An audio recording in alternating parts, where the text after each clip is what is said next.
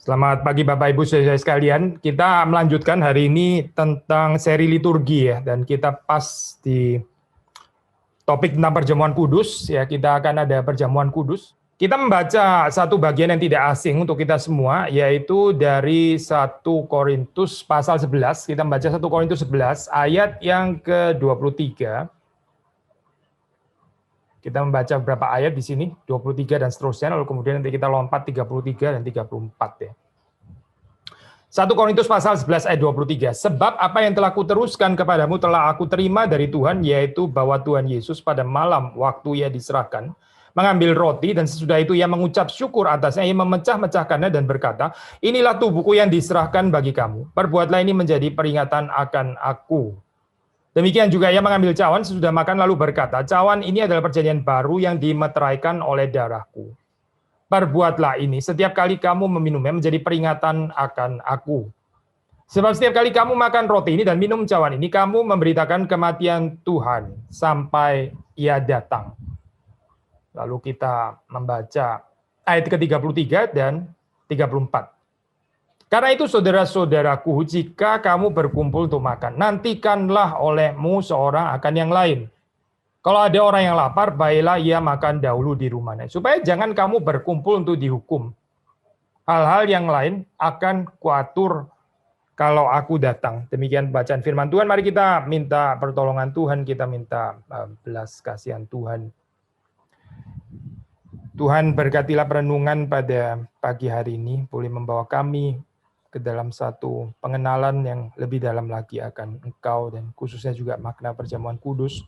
Dan kami bersyukur karena hari ini kami diberi kesempatan untuk bisa berbagian di dalam perjamuan kudus ini. Kami ingin mengertinya dengan benar, kami ingin merasakannya juga dengan benar, dan kami berdoa supaya sekali lagi pemberitaan firman Tuhan boleh mengantar kami untuk menikmati Engkau. Terima kasih Tuhan, Tuhan yang memberkati baik hamba-Mu, Tuhan berkati siap kami yang merenungkan baik hadir di gereja maupun yang di rumah masing-masing, dan berkati juga saudara-saudara yang melayani tim Aufi, berikan segala kecekatan. Kami mohon belas kasihan Tuhan untuk internet connection supaya tidak ada gangguan. Juga untuk mereka yang menyaksikan melalui media sosial bisa mengikutinya dengan baik. Demi Yesus Kristus kami berdoa, kami memohon. Amin. Saudara, ini bukan pertama kali kita membahas tentang perjamuan kudus, gitu. Kita sudah pernah membahas dari perspektif biblis, dari perspektif historis, dari perspektif ini ya, teologi reformatoris dan sebagainya. Jadi ini sebagian mungkin ada pengulangan, tapi kita akan coba untuk nggak mengulang-ulang sekedar mengulang-ulang apa yang kita sudah pernah bahas ya. Ya karena kehidupan kita harus terus-menerus bertumbuh. Nah, saya ingin membahasnya berdasarkan ayat ini ya, sekali lagi ya. Nah, kalau sudah membaca di dalam ayat yang ke-23, ini Korintus ya, yang ke-11 ini, saudara akan mendapati di situ poin yang pertama yang kita nggak boleh terlewatkan, yaitu bahwa perjamuan kudus ini kita diundang oleh Tuhan ya. Yesus itu adalah host ya. Ini apa ya? Yesus adalah penjamunya ya. Yesus bukan cuma penjamu waktu kita perjamuan kudus. Yesus itu sebetulnya adalah tuan rumah dari gereja. Dia adalah pemilik gereja, dia kepala gereja. Ini bagian yang might sound again klise gitu ya, tapi ini bagian yang penting gitu ya. Saudara dan saya tentu saja kita di dalam kehidupan berjemaat, kehidupan bergereja, saudara pasti di dalam, kalau kita sehat, kalau kita bertumbuh ya, kita harusnya ada certain sense of belonging, itu nggak salah ya. Tapi jangan sense of belonging ini terus kemudian menggantikan posisi Kristus. Ya, Pendeta Stephen Tong pernah mengatakan satu kalimat ini ya, mungkin yang less terkenal daripada kalimat yang lain, tapi kalimat itu juga kalimat yang penting, kalimat yang indah menurut saya ya. Ini mungkin dia juga kutip daripada teolog yang lain, saya nggak tahu. Gereja itu contributed by all, ya, tapi belongs to none. Gereja itu semua orang itu terlibat di dalamnya ya, berbagian di dalamnya, partisipate di dalamnya, semua. Tapi itu tidak boleh dimiliki oleh siapapun.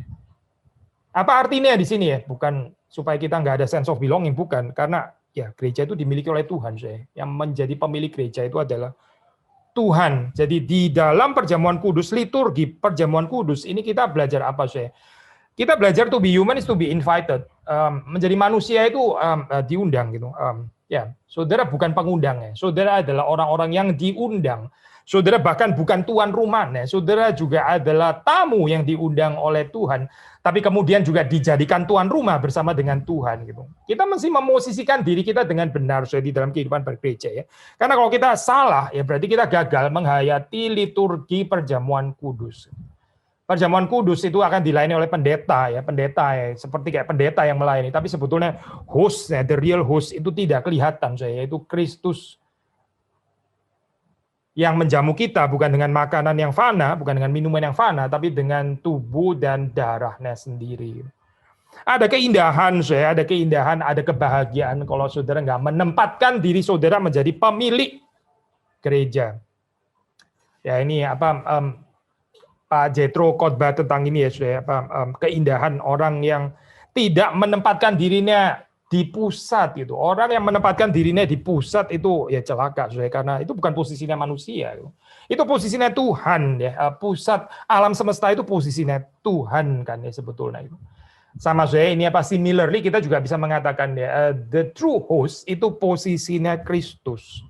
Nggak boleh ada satu orang pun yang menggantikan posisi ini. Itu betraying liturgi perjamuan kudus.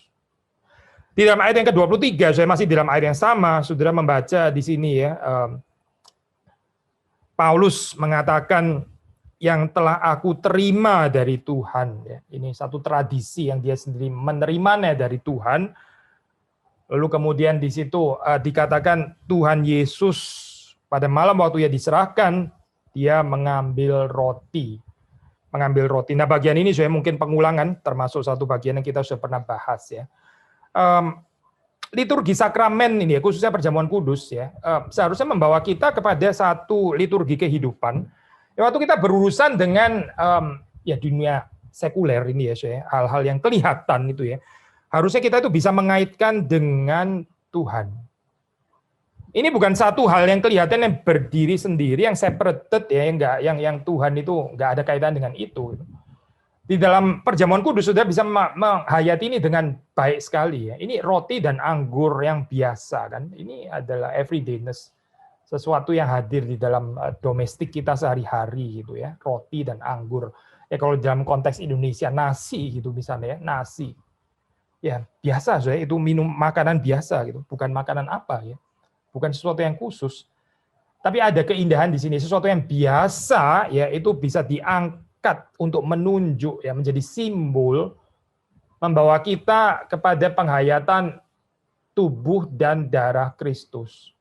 Sesuatu yang biasa, bukan sesuatu yang luar biasa, seperti kehidupan saudara dan saya, juga sesuatu yang biasa, tapi bisa di-consecrated oleh Tuhan, bisa di-elevated demikian rupa, ya diangkat ya untuk bisa menjadi anak-anak Allah.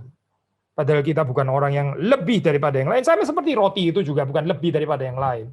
Ini roti yang biasa, tapi dikuduskan. Ya. Waktu dikuduskan itu diangkat ya. Untuk satu tujuan, satu maksud yang suci. Bagaimana di dalam kehidupan kita sehari-hari, liturgi kehidupan kita. Gitu. Waktu saudara berurusan dengan buku, waktu saudara berurusan dengan uang, apa artinya itu? Gitu. Waktu saudara berurusan dengan bahkan sesama saudara seiman, saudara melihat mereka sebagai created after the image of God, ada kaitannya dengan Tuhan, ini adalah image bearer, pembawa ya, ini adalah pembawa gambar rupa Allah gitu. Atau saudara melihat mereka hanya sebagai manusia, ya manusia yang terlepas dari Tuhan, nggak ada kaitannya dengan image of God dan sebagainya. Ya, berarti kita gagal berpikir sakramental, berarti kita gagal menghayati liturgi perjamuan kudus. Roti yang nanti saudara akan pegang, ya, cawan yang akan saudara minum, itu Yesus mengatakan tubuhku dan darahku. Maka saudara melihat di sini kita diajak ya di dalam kehidupan kita ya untuk mengerti apa artinya bukan hanya roti dan anggur ya, tubuh saudara bahkan ya yang ada di sekitar kita ya, ini bisa dikonsekrasi oleh Tuhan untuk mencapai tujuan yang mulia itu ya. Kalau kita mengerti ini di dalam kehidupan kita ya, saudara berurusan dengan apapun di dunia ini, saudara mengerti apa artinya liturgi perjamuan kudus. Ya sudah kita tahu di dalam ini ya sejarah teologi khususnya di teologi Barat gitu ya, teologi Latin ya, itu terjadi perdebatan waktu bicara tentang inilah tubuhku. Bahkan kita orang Reform juga ya, kita juga ikut-ikutan di dalam perdebatan ini ya. Waktu dikatakan inilah tubuhku, lalu darahku ya, ini artinya apa sih? Nah, teologi Barat ini memang khas ya, saya ini ada kebiasaan itu berpikir secara skolastik gitu ya, berpikir secara mau mengerti secara substansial dan sebagainya. Di dalam hal ini saya kita boleh belajar ya daripada keindahan teologi Timur. Teologi Timur itu enggak di dalam hal ini saya enggak jatuh ke dalam spekulasi seperti ini. Daripada berdebat mengenai natur kehadiran Kristus itu seperti apa ya, lebih baik kita itu fokus kepada yang ditunjuk oleh perjamuan kudus itu, yaitu apa saya? Union with Christ. Seperti dikatakan oleh Calvin di sana. Union with Christ itu adalah the special fruit of the Lord's Supper. Kita sudah pernah bahas ini ya. Union with Christ, persekutuan dengan Kristus itu adalah buah yang khusus ya dari perjamuan kudus. Buahnya itu adalah union with Christ.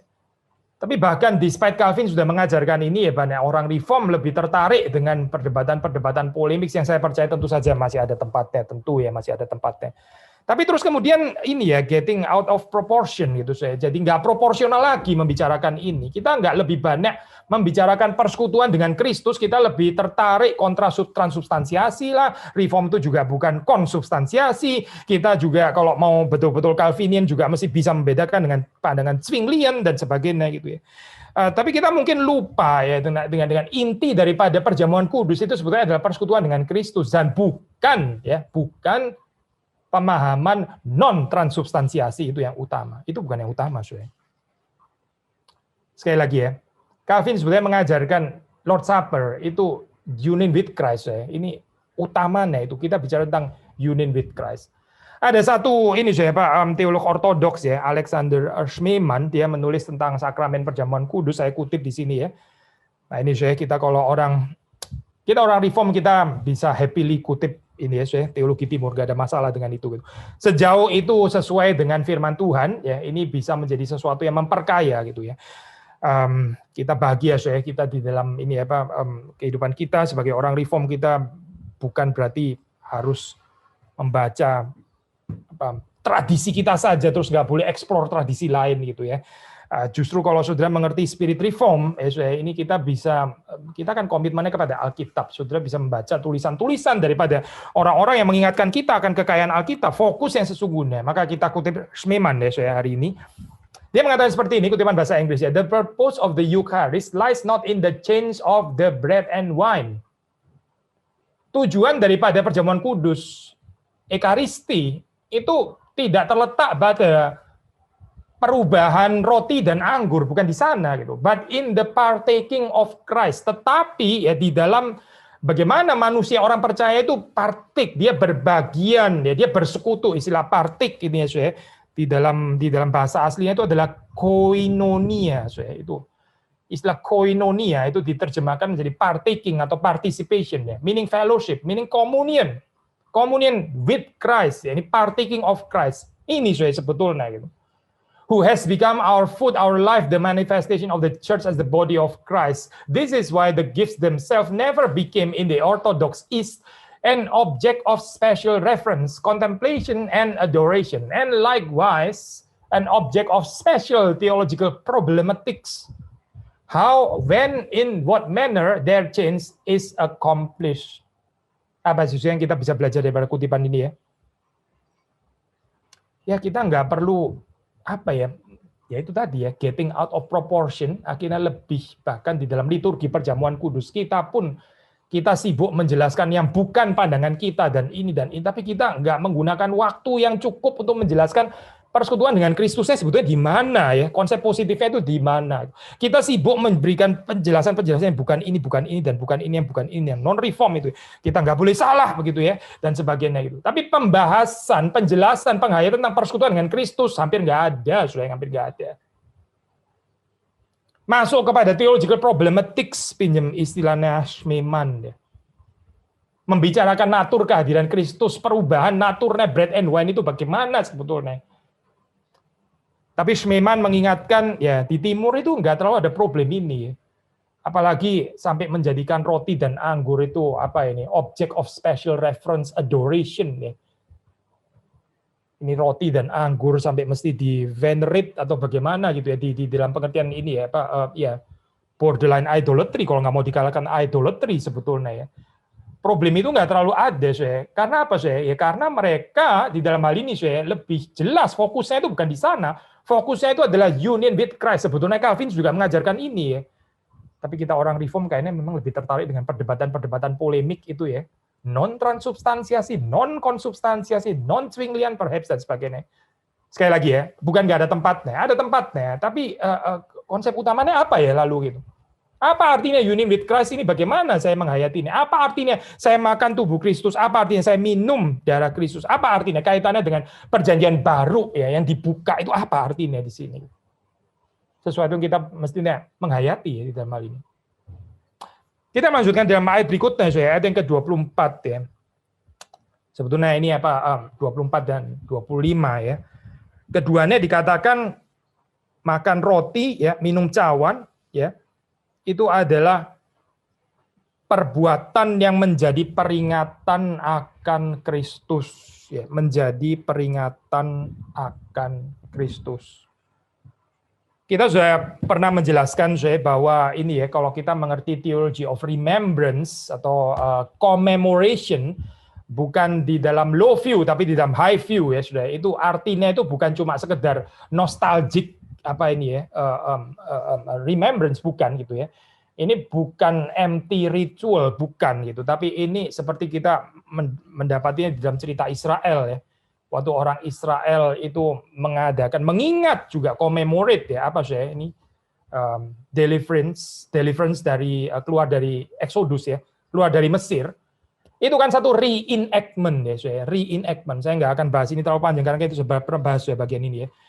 Ini Tuhan menghadirkan ya karya keselamatan. Kita bukan cuma sekedar mengingat saja tapi Tuhan menghadirkan ya, really hadir di tengah-tengah kita gitu. Sekali lagi ya. Jadi ini konsep high view ya tentang commemoration bukan cuma sekedar mengingat saja, mengenang fenomena otak kita yang sanggup untuk mengingat masa lampau gitu ya. Bukan itu sih. Kalau Lévi-Strauss ya, Lévi-Strauss itu dia membicarakan di dalam tulisannya ini tentang membicarakan tentang pembagian tentang ini ya society ya yang dia kategori ada cult societies gitu dan ini idenya dia ini mempengaruhi seorang Egyptolog dari Heidelberg namanya Jan Assmann yang terus kemudian mempengaruhi lagi Michael Welker ya di dalam pembahasan tentang perjamuan kudus. Menurut saya ini satu insight yang baru ya, yang fresh gitu ya. Jadi Jan Assmann ini sudah menimba dari pikiran Lévi-Strauss ya tentang so-called cultural memory. Istilah yang dipakai ya, cultural memory. Jadi apa itu saya? Cultural memory itu apa? Jadi di sini peringatan itu ya, peringatan ini bukan hanya sekedar fenomena kemampuan otak, gelombangnya dan sebagainya untuk mengingat ya whether itu individual itu communally gitu ya.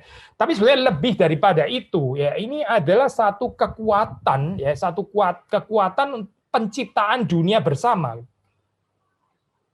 Ya ini bukan istilah teologis ya, ini istilah egiptologis sebetulnya gitu. Kekuatan penciptaan dunia bersama. Jadi ini bukan hanya berkaitan tentang masa lampau yang sudah lewat itu, tapi ini juga berkaitan dengan masa kini sekarang dan juga pengharapan masa depan yang akan sangat ditentukan oleh cultural memory ini.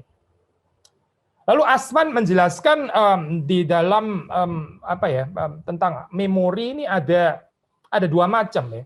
Ada cold memory dan ada hot memory ya. Cold memory itu ini cold berarti mulai settled gitu ya. Itu sifatnya itu stabilizing. Sifatnya itu membuat stabil ya, membuat stabil. Tapi hot memory itu sifatnya itu dinamis gitu. sifatnya itu menggerakkan ke depan. Jadi ada kekuatan di sini ya. Itu hot memory namanya. Nah, kalau cold memory itu adalah satu ingatan yang membuat satu komunitas itu atau satu bangsa bahkan ya itu jadi jelas gitu, identitasnya itu dibangun berdasarkan cerita apa. Saya ambil contoh ya, misalnya ini ya cerita panggilan Abraham ya. Itu kan cerita panggilan Israel kan sebetulnya. Ini to certain extent kita bisa bilang itu cold memory nih Israel gitu. Cold memory. Jadi Israel akan mendapatkan cerita identitasnya itu di dalam cerita panggilannya Abram. Ya, dan ini sudah established kan cerita ini ya. Dan ini dibedakan dengan apa? Dengan cerita Menara Babel misalnya, kita baru bahas kan ini ya, di Pentakosta. Menara Babel itu bukan memorinya Israel, itu justru warning untuk Israel bahwa kita itu cerita terjadinya Genesis ya daripada bangsa kita. Itu bukan Menara Babel, itu bukan cerita kita. Mungkin cerita Babilonia kali ya itu. Tapi bukan cerita kita. Cerita kita itu di dalam cerita panggilannya Abraham. Ini cold memory ya saya untuk Israel. Nah, Asman saya mengatakan, nah ini mulai nyerempet-nyerempet teologi ya saya, menarik ya saya ini belakangan ini kalau zaman dulu sudah melihat integrasi teologi itu ya. Filosofi, lagi-lagi filosofi dan filosofi gitu ya. Sekarang di dalam zaman kita gitu. Teologi bisa integrasi, bisa ini saya bisa menimba, bisa dialog dengan Egiptologi ya. Egiptologi mungkin 50 tahun lalu nggak kebayang sama sekali mau ngomongin apa antara Egiptologi dan ini teologi gitu. Malah dialog dengan filsafat kayaknya agak sedikit macet sekarang gitu ya, karena filsafat mulai agak membosankan ulang-ulang dan seterusnya. Tapi kita nggak bahas ini.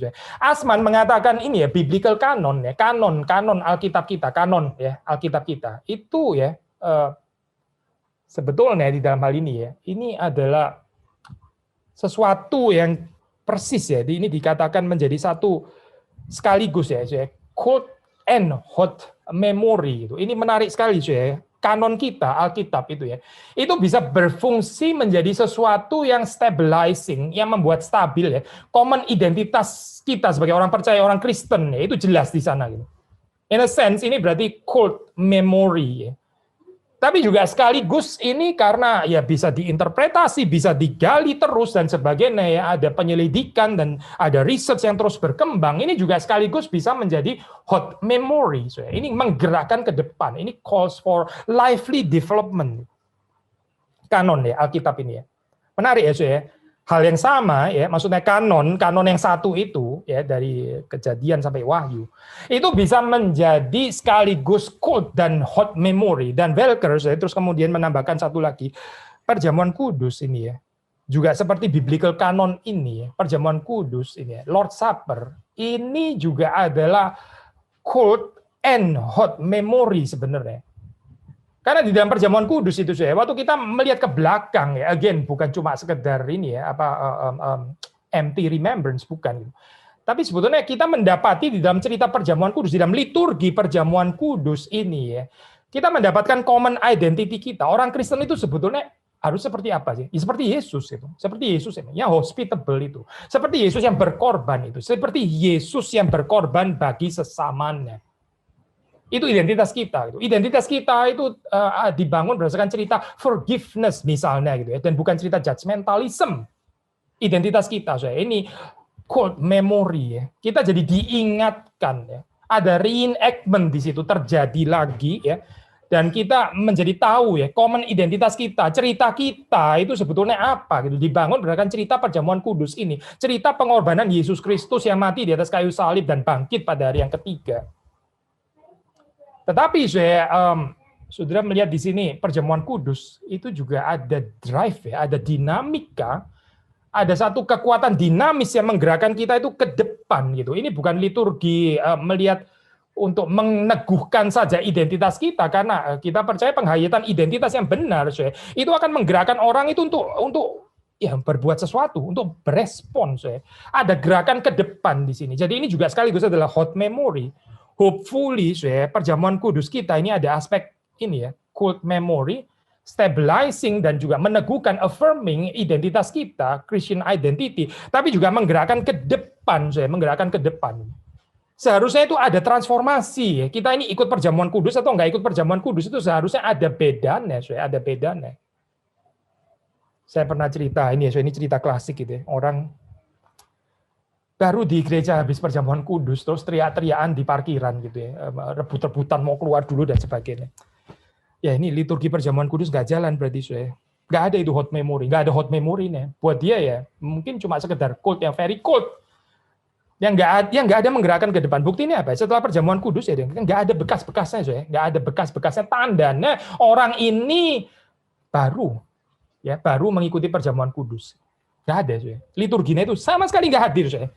Baru keluar di tempat parkiran gereja saja, saya sudah nggak berbekas, saya. Nggak ada hot memory berarti gitu. Nggak ada sesuatu yang menggerakkan ke depan, nggak ada dinamikanya di sini perjamuan kudus ini menjadi ya empty ritual akhirnya gitu. So, menjadi peringatan akan aku ya saya. Memang peringatan itu ke belakang ya, commemoration. Tapi jangan lupa ya, maksudnya ini perspektif yang menurut saya bisa memperkaya pengertian kita tentang Alkitab itu ya commemoration atau memory ini ya. Ada cold, ada hot ya. Cold itu stabilizing, affirming once, bukan cuma once ya, tapi satu identitas secara common ya, ini communities identity itu di-affirm, itu diteguhkan. Hot memory itu menggerakkan kita ke depan. Saya berharap saudara punya pengalaman deh waktu saudara itu masuk ke dalam satu kehidupan doa yang sehat. Setelah saudara berdoa, saudara bergumul dengan Tuhan, saudara berdoa. Setelah saudara selesai berdoa, saudara langsung jelas saudara harus mengerjakan apa. Seharusnya orang Kristen punya pengalaman seperti ini ya. Kita sudah pernah bahas di bagian ini, ya. Ini apa? Yesus ya. Itu khususnya dari perspektif Lukas. Itu dia selesai berdoa ya. Setelah Yesus selesai berdoa ya. Sesuatu yang sangat penting itu terjadi gitu. Berarti doa Yesus itu terus kemudian menggerakkan sesuatu. Gitu. Saya sudah pernah bahas ya, kita kan sering kali adalah ada sesuatu yang besar, yang penting, terus baru kita berdoa gitu. Doa kita didikte oleh sesuatu kejadian yang menurut kita penting. BCN lah atau apalah Kapin lah atau Natal lah atau KKR lah atau apa gitu. Doa kita itu didikte oleh sesuatu event yang penting gitu. Ini terbalik ya dengan Yesus. Yesus itu doa yang mendikte event yang penting. Memang nggak semua orang visioner sih, betul gitu ya, nggak semua orang visioner. Memang mungkin kekhususan orang visioner di sana. Tapi setidaknya dalam porsi yang ya porsi saudara dan saya lah ya. Masa kita nggak ada sih saya pengalaman kita berdoa, bergumul, terus kemudian Tuhan itu menggerakkan kita jelas mesti mengerjakan apa. Nah ini loh saya, ini hot memory namanya. Gitu. Setelah perjamuan kudus ya, saudara tahu harus apa gitu setelah ini. Seperti orang-orang di dalam Alkitab setelah mereka mendengar firman Tuhan, mereka tahu mereka harus mengerjakan apa. Ini berarti ada hot memory. Bukan cuma menjadi satu ritual yang sentimental yang mengendap terus kemudian satu hilang begitu saja ya. Bahkan nggak sanggup bertahan sampai di lapangan parkir pun sudah nggak ada bekasnya gitu misalnya. Yang berikutnya kalau kita membaca di dalam bagian ini ayat ke-26 ya. Dikatakan di sini ayat 26, setiap kali kamu makan roti dan minum cawan ini, kamu memberitakan kematian Tuhan sampai Ia datang. Kamu memberitakan kematian Tuhan sampai Ia datang. Ini saya kutip James Smith ya, James Smith. Sebetulnya seluruh seri ini kan di-encourage daripada pemikiran ini ya. Pemikirannya James Smith, meskipun saya di dalam pertemuan-pertemuan yang sebelumnya hampir nggak pernah kutip James Smith, tapi kali ini waktu bicara perjamuan kudus kita ini ya coba menggali dari James Smith. Ada konsep yang menarik ya di dalam tulisannya waktu dia menyinggung tentang liturgi perjamuan kudus ya. Dia membicarakan tentang ini istilah dia ya, a kind of sanctified letdown. A kind of sanctified letdown. Saudara, letdown itu apa ya? Letdown itu ya dikecewakan gitu. Letdown itu ya kekecewaan, tapi ini adalah kekecewaan yang dikuduskan. Maksudnya apa, Zoya? Kok ada ya sanctified disappointment? Maksudnya apa? Let down di dalam hal apa? Begini, Zoya. Perjamuan kudus ini kan ya sangat ada kaitannya dengan merayakan Yesus yang sudah bangkit. Ya, dia menang atas kematian dan dia berjanji akan datang kembali. Lalu kita perjamuan kudus, kita memberitakan ini kan ya. Dikatakan memberitakan kematian Tuhan sampai Ia datang. Kita memberitakan bahwa Tuhan akan datang kembali. Tapi sudah dari tahun lalu kita perjamuan kudus, Tuhan belum datang. 11 bulan lalu belum datang juga. 10 bulan lalu juga masih belum datang. Terus sampai hari ini ya, kita memberitakan yang sama lagi, Tuhan kita akan datang. Loh, dia mungkin besok juga belum datang gitu. Mungkin kita masih ada kesempatan 1 bulan lagi perjamuan kudus lagi. Nah, ini yang dimaksud James Smith. Namanya sanctified letdown. Sanctified letdown. Ini, saudara, seperti kayak mengulangi satu cerita yang lagi dan lagi, tapi seperti kayak nggak ada kenyataannya. Lu ngomong terus kayak begini ya, katanya Tuhan akan datang, tapi dia nggak pernah datang, dan kita ulang-ulang terus loh ini. Saben bulan kita perjamuan kudus terus, dan Tuhan mana nggak datang gitu. Tapi ini let down yang disanctified, maksudnya apa? Nanti kita akan bahas di dalam anti liturgi ya. Jangan lupa, ini supper yang eskatologis ya. Ada ini eschatological supper itu. Ini bicara tentang perjamuan kudus yang ada dimensi eskatologis. Makanya dikatakan di sini sampai ia datang. Kamu memberitakan kematian Tuhan sampai ia datang. Kita ini live between the times. Ini kita hidup di dalam ya masa antara kedatangan Yesus yang pertama, inkarnasinya ya dengan kedatangannya kembali. Dan di sini kita berada, maka ini adalah satu merayakan satu pesta yang berada di dalam ketegangan ini, ketegangan Yesus yang sudah datang dan yang belum datang. Ada aspek eskatologis ya, pemberitaan eskatologis, ada pengharapan yang diberitakan di sini. Ini bukan euforia gereja gitu ya, di sini dan sekarang semuanya sudah komplit. Dan nggak perlu menantikan apa-apa lagi seperti dihayati oleh jemaat Korintus misalnya ya, sampai mereka nggak percaya kebangkitan gitu. Bukan, ini kita juga realistis ya terhadap brokenness ya, ini fragmentasi yang ada di dalam gereja, ketidaksempurnaannya, termasuk di dalam perjamuan kudus. Kenapa? Ya karena ini eskatologis.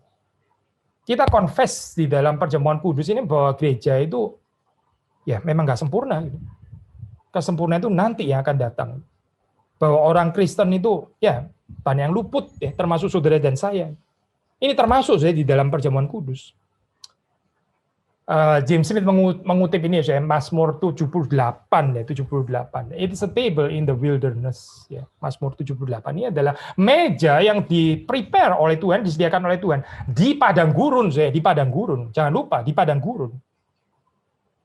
In the presence of our enemies, katanya Mazmur 23 ya, engkau menyediakan hidangan ya di hadapan musuh-musuhku, di hadapan para lawanku. Maksudnya musuh-musuh belum ditumpas belum. Tapi Tuhan menyediakan hidangan. Tuhan menyediakan hidangan, dan sudah menyediakan hidangan. Tapi musuh-musuh, masih ada serigala-serigala, masih ada. Jangan lupa Mazmur 23. In the presence of our enemies. Saya kutip James Smith ya, terusannya. And so consumption and so there is a certain sense in which we eat it on the run. We eat it on the run.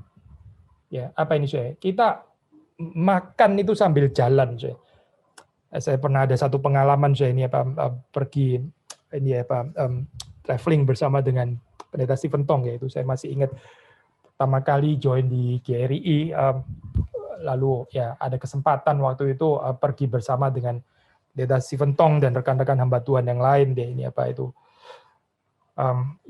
ke Europe ya, melihat inilah culture heritage dan sebagainya, katedral dan sebagainya. Menarik Lalu Pak Tong itu kan squeezism ya, sudah tahu ini.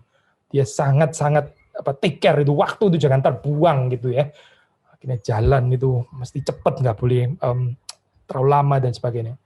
Lalu pas jam makan siang, kita tuh saking diburu-buru gitu ya, nggak bisa ini waktunya sudah museum sudah harus datang, kalau nggak ntar waktunya habis dan sebagainya dan seterusnya, karena masih banyak yang mau dilihat dan seterusnya. Akhirnya kita ini waktu itu di Paris kalau saya nggak salah ingat ya, tuh Pak Tong beli baget yang 1 meter itu, sudah tahu ya baget ya.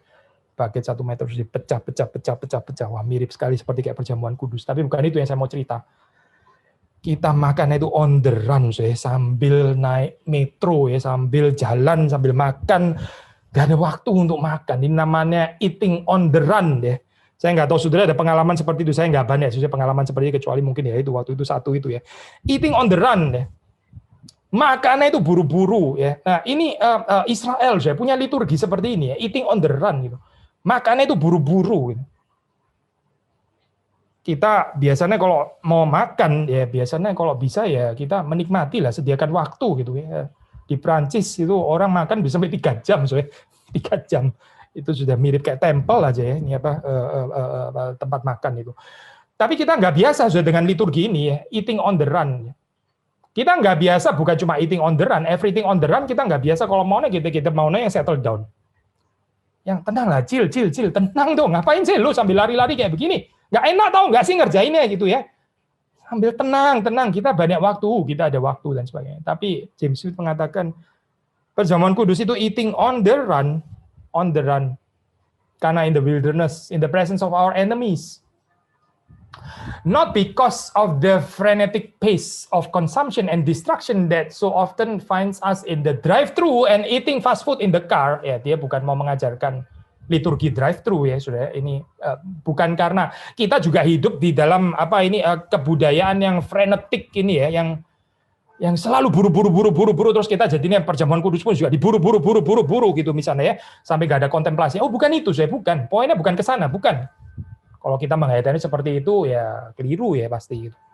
Semua nyanyi lagu dicepet-cepetin gitu misalnya, lagu cepet mungkin kenapa? Oh, kita on the run gitu misalnya kan ya. Terus khotbah ngomong sih cepet kenapa? Kita on the run gitu misalnya. Oh, ngawur saya. Bukan itu maksudnya, bukan. Tapi on the run ini dikaitkan dengan apa? On the run ini dikaitkan dengan ya ini loh. Sanctified letdown tadi ya. Perjamuan kudus ini adalah satu pesta yang disediakan oleh Tuhan, tapi ini kita moving loh sebetulnya gitu. Kita ini masih pengembara. Jangan menghayatinya berdasarkan drive-thru liturgi ya, bukan itu maksudnya. Jangan menghayatinya berdasarkan kebudayaan fast food, bukan itu. But rather because the Lord's Supper is an anticipatory meal that we eat while we sojourn. Kita memakannya sementara kita itu mengembara, sojourn in the earthly city, looking forward to the marriage supper of the Lamb, Revelation 19. Jadi perhatikan saya ini ya, aspek eskatologis, on the run, pilgrimage ya. Ini liturgi perjamuan kudus. Liturgi perjamuan kudus ini adalah cicipan yang mengarahkan kita untuk menantikan di dalam kepenuhannya. Mungkin rather kebetulan ya, mungkin nggak disengaja, unintentional. Tapi ini juga bisa menjadi poin yang indah gitu. Saudara, kalau perjamuan kudus khususnya ya sekarang ya di dalam dunia modern kan nggak betul-betul makan makanan besar ya. Kalau di dalam zamannya Paulus itu betul-betul makan. Ada yang potluck bawa makanan dan sebagainya. Kita waktu perjamuan kudus ya, itu rotinya kan kecil seperti itu kan ya. Anggur yang saudara minum kan juga, aduh itu cuma berapa tetes gitu ya. Saudara kepingin kan ya, saya mau lebih banyak sebetulnya, ini nggak kenyang. Ada certain beauty di dalam roti yang kecil dan anggur yang sedikit itu ya. Karena apa ya? Karena ini memang foretaste. Karena ini memang cicipan. Ini on the run. Nanti kepenuhan itu nanti, kalau kita berjumpa dengan Sang Anak Domba Allah itu ya, di mana kita akan semeja dan kita akan menikmati kehadiran di dalam segala kepenuhannya, di mana nggak ada lagi brokenness of the church ya, itu keterkepingan, dissension of the church, ketidaksempurnaan gereja, perpecahan dan itu nggak ada lagi di sana, semuanya sudah berhenti. Kita akan memakannya dengan segala kepenuhannya, kita akan menikmatinya dengan segala kepenuhannya. Yet despite the aspek ini ya, not yet aspek ini, kebeluman ini ya, tentu saja jangan lupa menekankan juga menghayati aspek already-nya, aspek kesudahannya. Karena tanpa aspek kesudahan ya kita akan menjadi orang-orang yang ya discourage ya, Tuhan itu betul-betul memberikan kepada kita makanan dan minuman, sudah, meskipun cicipan ya. Tuhan itu sudah menghadirkan karyanya. Karya keselamatan itu sudah nyata. Kerajaan Allah itu sudah datang. Ini seharusnya membuat gereja itu ter-encourage ya. Ini terdorong, membuat kita itu harusnya ada penghiburan di dalam kehidupan kita. Bukan cuma penghiburan dan encouragement, tapi kita juga masih bisa bersyukur. Bersyukur karena foretaste of the kingdom, karena cicipan kerajaan itu sudah dihadirkan di tengah-tengah kita, dan itu begitu nyata, kita masih bersyukur. Nah, tanpa bagian ini, kita akan bisa menjadi orang yang cuma melihat kebeluman, akhirnya jadi panik sendiri gitu ya. Kehidupan bergereja driven by kepanikan, Karena apa ya? Karena dia cuma melihat kebeluman. Nggak ada aspek sudah yang dia bersyukur kepada Tuhan, itu nggak ada. Yang dilihat cuma yang belum, ketidaksempurnaannya saja. Tapi kehadiran kerajaan Allah yang sudah itu nggak pernah dihayati. Akhirnya sulit sekali ya ini bersyukur kepada Tuhan gitu. Banyak keluh kesah. Kalau nggak mau dikatakan nanti akhirnya malah menjadi sarkastik ya. Teguran terhadap gereja akhirnya sarkastik ya, nggak ada lagi cinta. Gitu. Karena apa ya? Karena sudah nggak ada lagi kemampuan untuk bersyukur. Nggak ada already aspek. Perjamuan kudus ya, liturginya tentu saja ini juga membicarakan tentang pengampunan ya, seperti kita sudah sering bahas, sudah sering dibahas oleh siapapun ya. Ini bicara tentang pengampunan dosa yang dikerjakan Kristus bagi saudara dan saya. Kita diampuni. Kita diundang untuk masuk ke dalam liturgi kehidupan, diampuni dan mengampuni. Mungkin kita lebih sering bahas mengampuni kali ya, daripada diampuni. Sebetulnya diampuni juga penting. Diampuni itu artinya apa, sih? Berarti saya nggak boleh sombong ya. Saya nggak boleh sombong. Kalau Tuhan sudah mengampuni saya, ya berarti saya sudah diampuni. Saya nggak perlu lagi kejar, ya saya ini apa penerimaannya manusia, cinta kasihnya, perhatiannya, pengampunannya manusia. Karena kalau sudah diampuni oleh Tuhan, yaitu diampuni. Kalau sudah dikasih oleh Tuhan, yaitu sudah dikasihi. Bebas ya. Jadi saudara nggak kejar lagi, nggak ada yang saudara kejar lagi untuk diri saudara sendiri. Karena Kristus sudah menyelesaikan itu semua, sudah beres, sudah beres. Baru setelah ini kita akan bebas untuk mengampuni, mengasihi, melayani, memperhatikan. Tapi kalau kita masih nggak bebas ya dengan pengejaran kasih, penerimaan, perhatian dan seterusnya itu, pengampunan dan sebagainya. Kita nggak bisa mengampuni diri kita sendiri. Kita nggak beres dengan problem of guilt. Ya kita marah sekali ya kalau terima kritikan daripada orang karena kita merasa orang lain nggak menerima saya, orang lain nggak cinta kepada saya gitu. Belum beres ya di dalam liturgi pengampunan. Saudara kan sudah diampuni oleh Tuhan gitu. Kalau kita sudah diampuni oleh Tuhan, orang mengkritik ya introspeksi saja. Mungkin itu kritikan dari Tuhan. Kalau itu juga kritikan dari Tuhan, berarti Tuhan kan juga menyatakan cinta kasihnya dengan memberikan kepada kita teguran itu. Karena Alkitab mengatakan barang siapa yang dikasihi, dia ditegur dan dihajar. Orang yang meletakkan diri di dalam pengampunan itu betul-betul bebas ya, bebas kehidupannya. Dia bebas, nggak menantikan apa-apa lagi daripada sesamanya. Bukan berarti dia sombong untuk nggak menerima pelayanan orang lain, bukan ke situ, jangan di-stretch ke sana, ya bukan. Tapi di dalam pengertian dia sekarang bisa bebas untuk mencintai. Dia bebas untuk melayani. Dia nggak pusing lagi apakah dia diterima atau nggak diterima, atau dikesampingkan, atau didiskriminasi, atau apa itu. Oh, non-issue, sudah selesai. Yesus sudah menyelesaikan itu. Hidup di dalam kuasa pengampunan itu berarti membiarkan kita diampuni oleh Tuhan dan juga masuk ke dalam cerita kehidupan yang bisa mengampuni yang bersalah kepada kita, seperti doa Bapa kami yang kita naikkan setiap minggu.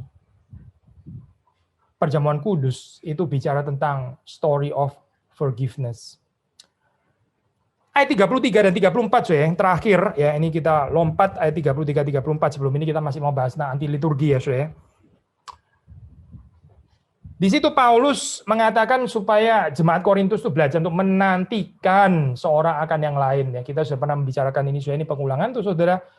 Jadi kalau kita rekonstruksi, itu waktu itu di Korintus itu jemaatnya itu diverse ya. Ada budak, ada orang merdeka, ada yang kaya, ada yang miskin ya. Ada yang the have, ada orang-orang yang ya punya banyak uang, ada yang the have nots, ada yang pas-pasan hidupnya ya. Lalu terus kemudian ya waktu perjamuan kasih ini seperti biasa, seperti kayak di dalam kebudayaan kita juga ya, potluck, sudah tahu kan potluck, orang bawa makanan masing-masing. Siapa yang bawa? Ya tentu saja orang yang ada uang lah ya. Saudara sangat bisa nebak yang bawa biasanya siapa? Ya orang yang ada uang. Budak-budak itu bukan saja mungkin nggak ada uang ya, nggak ada uang untuk bisa beli makanan seperti, tapi mereka bahkan juga datangnya itu belakangan gitu, karena mereka budak. Ya kalau majikan mereka Kristen ya bagus lah, bersyukur. Tapi nggak tentu seperti ini kan. Kalau majikannya bukan Kristen bagaimana gitu. Mungkin datang pun juga sulit gitu. Maka ada orang-orang yang datangnya itu ya kuasi tanda kutip terlambat gitu ya. Apa yang terjadi di sana? Nah, orang-orang yang cukup uang ini sudah beli makanan enak, ikan biasanya, ikan common pada saat itu ya, yang bisa dimakan bersama dengan roti. Mereka bawa, lalu terus kemudian mereka, loh ini gimana ya? Sudah jam segini, ya gimana? Ya sudah makan, kita mulai makan. Akhirnya mereka makan sendiri, makanan yang mereka bawa. Mereka nggak menantikan seorang akan yang lain. Sehingga ini menjadi apa ya? Liturgi ini nggak cocok dengan liturgi perjamuan kudus ya. Perjamuan kudus itu kita menanti seorang akan yang lain ya. Kita menanti, kita menunggu. Kita bukan makan sendiri, saya bukan itu. Kita menunggu sampai persekutuan ini menjadi persekutuan yang utuh, persekutuan yang komplit. Dan di sini saya terjadi relativisasi ya, perbedaan kaya, miskin, budak, merdeka itu tadi ya. Itu direlativisasi. Melalui apa saya? Melalui sharing. David Garland, seorang komentator, dia mengatakan kalimat seperti ini ya, saya kutip, Paul expects the Corinthians to receive one another, which at a feast includes sharing food with others. Only by sharing their resources will they alleviate the acute embarrassment of the have-nots. Jadi kalau saya terjemahan bebas ya, Paulus itu mengharapkan kepada jemaat Korintus ini untuk menerima, menantikan, menyambut satu dengan yang lain ya di dalam pesta yang di dalamnya itu ada sharing of food, ada bagi-bagi makanan satu dengan yang lain ya. Dan dengan melalui sharing ini ya, dengan berbagi ini ya, resources ya, makanan yang ada pada mereka. Nah, disinilah dia itu maksudnya mereka akan apa ini ya? Akan meniadakan, mereka akan mengangkat itu ya, ini apa? Embarrassment ya, apa ya? Rasa malu ya. Perbedaannya sangat jelas ya. Ini kaya, miskin, ini ada uang, nggak ada uang. Ini merdeka, ini budak dan sebagainya ya, dan semua boundary yang lain ya, yang seringkali ya menjadikan manusia itu malu saya melihat hal seperti ini atau sombong. Nah ini semua akhirnya itu di-elevate ya, ini di-relativize ya, ini semua di tembok-tembok pemisah ini dibongkar melalui perjamuan kudus, melalui saling menanti, melalui saling berbagi makanan ini. Saudara, hari ini adalah First Sunday of Trinity ya, dan tema topik hari ini itu sebetulnya adalah tentang brotherly love atau love of neighbor ya. Tadi saudara membaca, kalau saya masih ingat Lukas 16 kan ya, orang kaya dan Lazarus. Nyambung saya dengan perenungan kita hari ini ya. Orang kaya dan Lazarus, gospel reading kita ya. Orang kaya itu ya gak mau berbagi dengan Lazarus. Tetapi di dalam liturgi perjamuan kudus yang kita saksikan itu apa ya? Ini apa? Sharing of life, sharing, saling menanti, sehingga semua orang itu sama di dalam hal ini. Kita nggak bicara perbedaan ini, kita nggak diundang untuk terlalu sadar tentang siapa dia atau siapa saya. Ini self consciousness seperti ini harus berhenti di dalam perjamuan kudus ya. Nggak ada orang di dalam perjamuan kudus terus kemudian lihat-lihat gitu ya, ini just ya, kayaknya mahal ya, gitu. Dasinya dan sebagainya. Nggak ada, itu nggak relevan sama sekali di dalam perjamuan kudus. Nggak penting sama sekali di dalam perjamuan. Orang nggak sedang menyaksikan itu di dalam perjamuan kudus. Dan liturgi ini harusnya hadir juga di dalam kehidupan saudara dan saya, di dalam keseharian kita. Terakhir anti liturgi, cepat saja karena ini hal negatif ya. Anti liturgi ini apa sih? Ada liturgi perjamuan kudus, ada anti liturgi. Liturgi anti yang pertama adalah ini gereja yang mengambil alih posisi Kristus sebagai host. Gereja yang menentukan ya di luar gereja ini ya nggak ada persekutuan dengan Kristus. Itu gereja yang mengambil posisinya Kristus. The host itu adalah Kristus ya, bukan gereja, bukan. Gereja itu adalah yang diundang oleh Kristus. Ya, jangan menyamakan posisi gereja menjadi posisi Kristus. Tapi ini bukan hanya benar untuk gereja-gereja yang eksklusif saja, tapi juga ini ya, ya kalau boleh pakai istilah ini juga body language-nya gereja. Gereja itu bisa ada body language. Body language gereja saudara dan saya ya, kita punya gestur yang dibaca itu apa saya?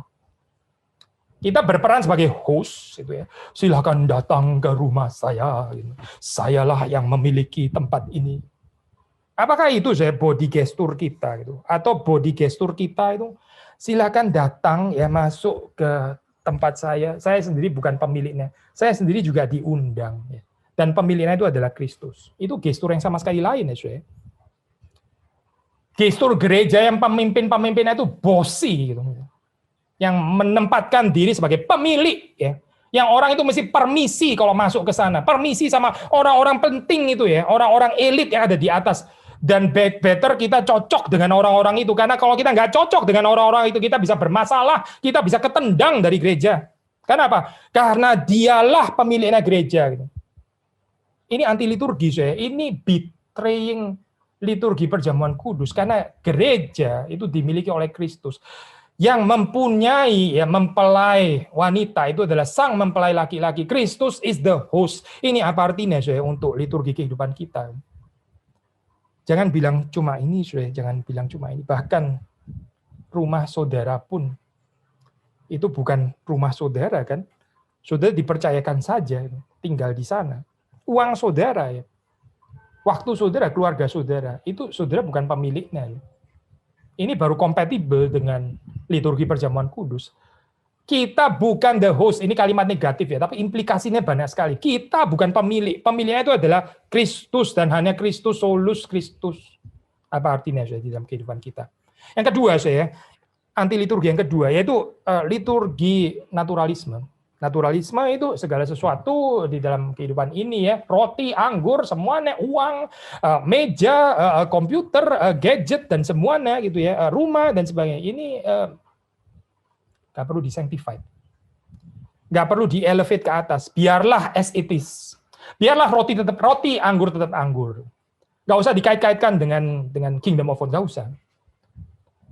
Nggak ada ini ya, saya nggak ada konsentrasi, nggak ada. Liturgi naturalisme. Akhirnya menyuburkan sekularisme ya. Karena apa? Ya karena nggak ada kaitannya dengan kingdom of God, nggak ada kaitannya. Liturgi yang lain lagi, saya. Liturgi yang lain lagi adalah ini ya, merayakan perdebatan skolastik tentang perjamuan kudus ya, di-push demikian rupa. Sehingga perjamuan kudus kita isinya adalah saudara harus tahu ya, ini bukan transubstansiasi, ini bukan konsubstansiasi dan bukan substansiasi yang lain ya. Tetapi apa? Sudah tinggal 1 menit gitu. Penjelasan transubstansiasinya 14 menit. Apa ya sebetulnya artinya ini ya, perjamuan kudus ini, konsep positifnya itu apa sih sebetulnya gitu? Apa artinya persekutuan dengan Kristus? Apa artinya story of forgiveness itu apa? Gitu. Tapi kita masuk ke dalam penyelidikan skolastik dan kayaknya asik sekali ya, karena ini seperti kayak confirming our identity, kita reform dan bukan yang lain. Sayang ya, cuma ada cult memory. Sudah gitu cult yang benar-benar bikin cult lagi ya. Ini not even cult memory di dalam pengertian positif seperti yang dibicarakan oleh Levi Strauss atau Asman. Ini cult memory yang membawa kepada cult ortodoksi. Defective ortodoksi. Nggak ada yang menggerakkan ke depan, nggak ada. Yang ada adalah saya bukan kamu, kamu bukan saya. Dan semakin jelas ya, semakin baik. Krisis identitas kok nggak selesai sih, saudara. Aduh, kapan selesainya ini? Gitu. Orang krisis identitas kalau dalam kehidupan manusia itu misalnya waktu remaja, oke lah, itu orang bisa mengerti ya. Masa krisis identitas terus-menerus sepanjang hidup sampai umur 80, 90, 100, masih krisis identitas terus. Ini lucu sekali, saya. Gereja kalau terus-menerus krisis identitas ini ada yang nggak beres di dalam gereja ini. Identitas kita harus selesai. Ini identitas ini diberikan oleh Tuhan. Tuhan memberikan identitas kepada kita. Bukan kita yang mengukuhkannya saben minggu kita berbeda loh ya, berbeda loh ya. Kita bukan itu dan bukan ini dan bukan itu dan bukan ini. Pemberitaan apa ini Saudara? Bukan, ini anti liturgi ya sebetulnya, anti liturgi. Coba lihat perkataan Yesus. Apa sih yang dikatakan? Apa dia menjelaskan bukan ini dan bukan itu? Hai murid-muridku ya, engkau harus tahu bahwa ini bukan ini dan bukan itu dan bukan ini dan juga bukan itu dan bukan ini dan bukan itu. Apakah itu yang dikatakan keluar dari mulutnya Yesus? Apakah itu? Bukan kan? Tidak. Gitu. Yesus membawa kita kepada dirinya sendiri, maka perjamuan kudus harusnya membawa kita kepada Kristus ya. Bukan kepada yang bukan ini dan bukan itu, gitu. Tapi terutama kepada Kristus. Kristus yang mengasihi saudara dan saya. Yang berikutnya saya, mere nostalgic remembrance. Ya, cold memory without hot memory atau hot memory ke depan ya, always looking forward tapi nggak ada tradisi yang mendukung. Kita nggak jelas sama sekali ya di dalam hal ini identitas yang diberikan Tuhan itu apa sih? Bahwa cerita gereja kita itu seharusnya dibangun berdasarkan cerita panggilan Abraham daripada cerita Menara Babel misalnya gitu. Ini nggak ada, ya, nggak ada. Identitasnya nggak jelas banget. Tapi kita kayak bergerak terus ke depan gitu, terus bergerak ke depan. Tapi identitas kabur sekali, ya. Padahal Tuhan sudah memberikan identitas itu. Lebih parah lagi kalau kita lebih mirip cerita Menara Babel daripada cerita panggilannya Abraham. Lebih kacau lagi, ya. Oh, tapi bergerak terus ke depan. Hot memory, iya hot memory, tapi nggak ada cold memory-nya ya. Ini bubar, nggak ada stabilizer-nya, nggak ada. Atau yang model remembrance, nostalgia keberakannya. Enak ya zaman dulu. Oh, the golden age of Christianity gitu ya. Kapan zaman reformasi. Tapi terus kemudian nggak bergerak ke depan. Nggak ada hot memory. Ini liturgi tandingan, saya. Menarik kita ke belakang sampai kita nggak bisa move on. Atau menarik kita ke depan, tapi kita sendiri kabur identitas. Liturgi berikutnya, saya. Liturgi berikutnya adalah ya pinjam dari istilahnya James Smith. Dunia kita ini menghadirkan letdown yang betul-betul mengecewakan. Kalau James Smith bicara tentang sanctified letdown, ya, ini sanctified letdown, justru diberikan foretaste, cicipan, supaya saudara semakin menginginkannya, supaya saudara semakin mengharapkannya, kepenuhan itu nanti kelak. Tapi kalau worldly letdown ini seperti kayak menjanjikan semua di sini dan sekarang. Kamu bisa menikmati di sini dan di dalam segala kepenuhannya. Tetapi setelah orang memakannya, setelah orang menikmatinya, yang ada adalah addiction. Yang ada adalah saudara jadi addicted. Yang ada saudara nggak ada satisfaction, nggak ada true enjoyment. Coba lihat saudara, orang yang terjerat ya dengan dosa pornografi, saudara. Orang yang terjerat dengan urusan seks ya, nggak bisa keluar dari sana. Saudara perhatikan orang yang terjerat oleh greed ya. Saudara perhatikan orang yang terjerat karena uang ya. Dijanjikan kenikmatannya di sini dan sekarang gitu ya. Kamu bisa menikmatinya di sini dan sekarang di dalam segala kepenuhannya. Akhirnya betul-betul let down kan? Disappointed gitu. Ini bukan memberikan cicipan ya karena keserakahan itu dan itu kosong sebetulnya saya, kosong itu. Liturgi yang disediakan dunia ini ya, menjanjikan semuanya serentak ya, at the same time, now, instant, immediately. Akhirnya apa saya? Kosong. Beberapa hal lagi ya saya. Tadi kita mengatakan perlu ada already aspek liturgi tandingannya apa? Liturgi tandingannya adalah waktu kita nggak berhasil menghayati already aspek ini sudah orang akan ya masuk kepada sinisme ya, nyinyir terhadap gereja. Nyinyir terhadap kekristenan, sarkastik terhadap orang Kristen, sarkastik terhadap orang-orang yang datang ke gereja. Kenapa? Karena dia nggak melihat kerajaan Allah yang sudah hadir. Liturgi tandingannya mengatakan nggak ada itu kerajaan Allah yang hadir di gereja, nggak ada, itu bohong. Itu liturgi tandingannya, saudara.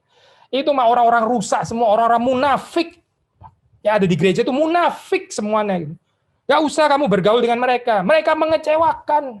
Liturgi tandingan ya, saudara. Merayakan bitterness, ya, merayakan celebrating kekecewaan gitu. Ya, kita di dalam perjamuan kudus kan kita bicara pengampunan, makanya saudara perlu pengampunan. Tapi kalau kita nggak sanggup mengampuni seperti ini, ya inilah akibatnya. Gitu. Kekecewaan demi kekecewaan yang kita sendiri juga nggak bisa keluar daripadanya. Lalu kita menjadi orang-orang yang sinis dan sarkastik terhadap orang-orang Kristen, terhadap orang yang bergereja dan sebagainya. Kontra forgiveness ya, kontra forgiveness. Liturgi di dunia mengajarkan bahwa saudara harus membeli kasih dan membeli penerimaan. Saudara harus struggling ya untuk membeli itu. Kita pernah ini ya di PA Wanita kita pernah bahas satu bagian di mana ini ya, Pak. Apa ini? Cerita Lea dan Rachel ya. Lea dan Rachel itu ada satu hari di mana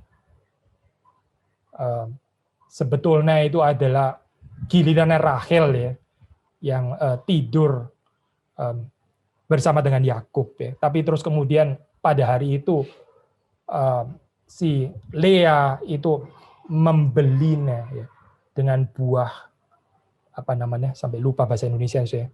Buah dudam atau apa ya. Itu dibeli gitu yang diperoleh daripada anaknya. Terus kemudian tolonglah hari ini ya saya yang tidur dengan Yakub ya.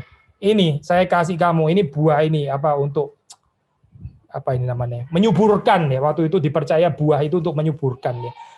Rachel kan memang susah punya anak ya, jadi ini dikasih buah ini. Tapi ya sebagai gantinya, lu kasih saya tidur sama Yakub hari ini.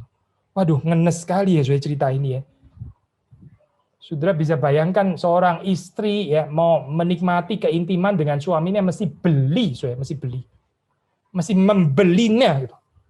Tapi liturgi di dunia kita ya ini mengajarkan seperti ini, penerimaan itu mesti dibeli, enak saja. Gitu. Ya, harus perform dulu dong, lu siapa gitu. Tunjukkan dulu hasil karyamu, nanti aku akan menghormati kamu gitu kan ya. Liturginya dunia, membeli cinta dan membeli penerimaan. Tapi perjamuan kudus itu, saudara nggak perlu beli. Nggak bisa dibeli juga. Wak.